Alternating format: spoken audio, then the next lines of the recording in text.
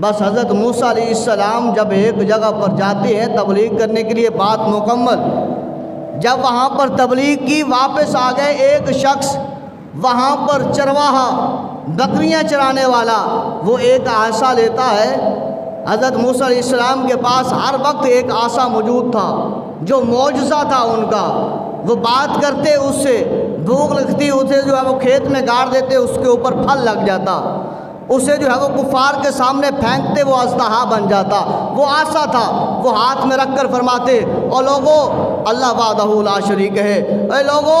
اللہ رب العزت نے حساب لینا ہے، اللہ نے تمہارے سے پوچھنا ہے کہ بتاؤ تمہیں زندگی دی، تم نے کیسے دی ہے وہ گزاری، اللہ کو سجدہ کرو، وہ واحد ہے۔ فرمایا وہ چلے جاتے موسیٰ علیہ السلام، وہ چرواہا وہ ایک ڈنڈا لیتا،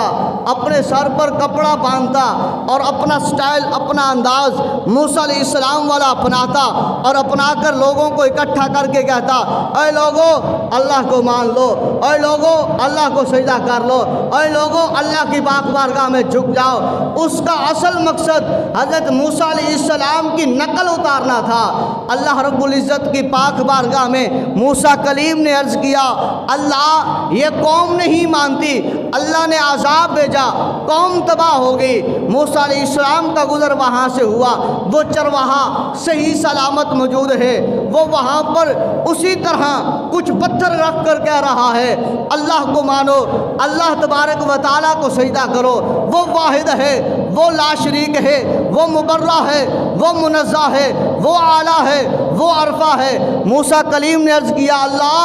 اللہ اس بندے کو تو ڈبل عذاب ہونا چاہیے تھا، یہ مانتا تو نہیں تھا، اللہ اس نے میری نقل اتاری ہے۔ کریم خدا نے فرمایا، اے میرے کلیم، جب میں نے اسے دیکھا ہے، اس میں تیری ادائیں نظر آئی ہیں کہ تو نے عصا پکڑا ہوا ہے، تو نے اپنے سر پر امامہ ایسے سجایا ہوا ہے، تو نے اپنا لباس ایسے پہنا ہوا ہے، تو نے اپنی جو ہے وہ تبلیغ کو اس انداز میں کی ہے، لہذا اس نے تیرا انداز اپنایا ہے، تیری نقل لی ہے، مجھے اس میں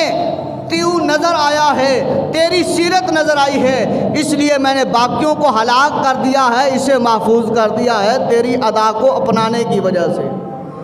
تو فرمایا اگر موسیٰ کلیم کا ماننے والا، اس کے علاقے کا اگر موسیٰ کلیم کی نقل اپنے اوپر لیتا ہے، اس کا رنگ ڈھنگ اپناتا ہے، اللہ اسے سزا نہیں دیتا، تو جو محمد عربی کا غلام بن کر رسول اللہ صلی اللہ علیہ وسلم کی سیرت کو اپنے اوپر ڈھال لیتا ہے، تو فرمایا جاتا ہے انشاءاللہ اللہ رب العزت